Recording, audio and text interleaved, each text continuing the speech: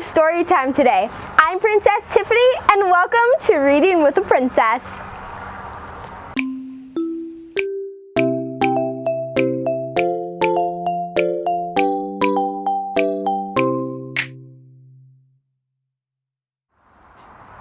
The book we're reading today is called We Are the Gardeners. We Are the Gardeners. That's a pretty official title, but we didn't start out this way.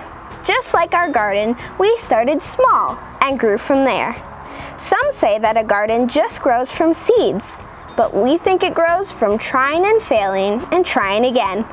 A garden is hard work, but so is most of the good and important stuff in life.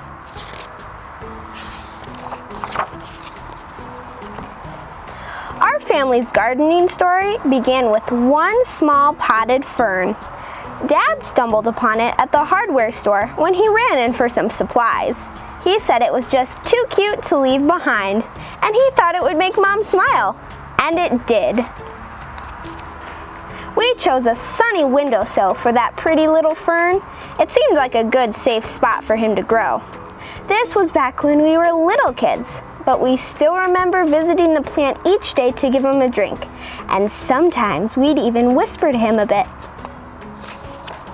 And then, plot twist, out of nowhere, our fern died. Death by overhydration. That's just a fancy way of saying we gave him way too much water. Looking back, each one of us must have watered him every day. That's a lot of drinks for a little plant.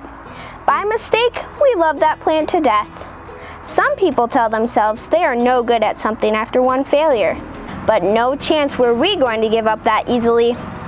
So we checked out some books from the library, and we found out that ferns can be tricky and prefer to live in a shady spot.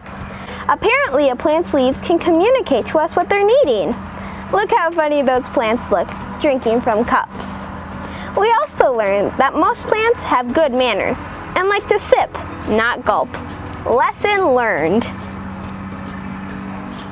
Dad got us a fresh fern, and it came with fresh hope.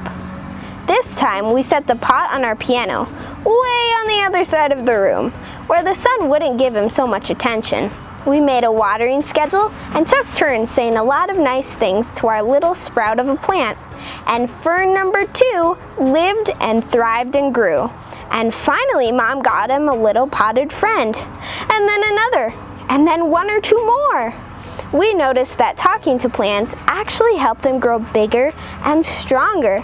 So we started adding some songs and jokes into the mix. Unlike when we overwatered, 0 plants died from us talking too much. Pretty soon, plants were taking over the house, and Dad said it was time to graduate to outdoor gardening. Mom was as excited about the new outdoor garden as we were, and she started talking about it with a dreamy look in her eyes.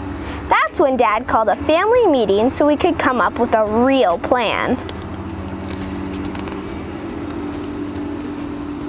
We all gathered around the kitchen table and got to work dreaming, planning, and drawing things out. Have you ever planned a garden before? We knew we needed a sunny spot, a place where the plants could sunbathe for at least 6 hours a day. We'd be red as radishes if we did that, but plants just love it. And more than that, they need it. In the garden, there is no life without light. Look at that big garden. Dad always says that the foundation is the most important thing when it comes to building a house. A house can't be strong if it's built on something weak, and the same holds true in the garden. So, to make the foundation of our garden strong, we filled it with something called soil. Good soil, which includes a bunch of tiny living things called organisms, can grow things in it. That's pretty amazing when you stop and think about it. A whole hidden world of life is happening beneath our feet. Just because you can't see the good things with your eyes doesn't mean they're not there. And another cool thing about soil is that it feeds and strengthens the seeds we sow. And then, like a miracle, plants and flowers burst out of the ground. We also knew we needed our garden to get plenty of water. Rain is the very best thing for plants to drink, but it's hard to know when and if rain is coming. So a couple other options to keep plants hydrated are to collect rainwater or use a sprinkler or garden hose to get the job done. Once we had a location with plenty of sun, good soil, and a watering plan, we got right to work. First things first, seeds. The most fun part of planning out our garden was deciding what to plant. We started with the food we like to eat, like strawberries and tomatoes, and then we chose some pretty flowers to keep them company. The thing about seeds is that they're everyday miracles. Everything a plant will grow up to be is already inside the seed. We chose flowers like zinnias, sunflowers, and cosmos so that pollinators would visit our garden. Butterflies, hummingbirds, and bees spread pollen around from flower to flower, encouraging even more things to bloom. We like knowing that little helpers are out there in nature working with us to help this garden grow. The bees must have put the word out that we had a pretty good thing going, because sure enough, all sorts of other critters started to arrive. We quickly found out that there were 3 types of bugs in our garden: the good, the bad, and the ugly bugs. Let's start out with the worst part. It was a pretty sad day when the aphids arrived. They are some of the more well-known villains in the gardening world. They suck the life right out of the plants. But then the ladybugs showed up to eat those pesky aphids for lunch. Ladybugs are for sure part of the hero camp, bravely protecting our plant friends from harm. And we've got to tell you about earthworms. They're like secret agents of the garden. Earthworms eat all of the dead things, like old roots and leaves, and turn them into life for the garden and for the soil. Every time we found one, we would all high-five and celebrate. They aren't pretty, but who cares? They're awesome, and we love seeing them hard at work. We realized pretty quickly that we needed to keep the weeds out. They are true bullies of the garden. Weeds try to steal water, sunlight, and nutrients from our fruits and veggies, and it's our job to make sure those little rascals don't take over. If we ignore the garden for too long, the weeds run wild and hurt our beloved plants. It's so much easier to just do a little bit every day. Wow, look at their big garden! We are officially gardeners and had a real-life garden to prove it. That garden became our pride and joy, day in and day out. We tended to our plants, making sure they got plenty of sun and water. Every time a new plant sprouted up from the ground, our excitement grew right along with it.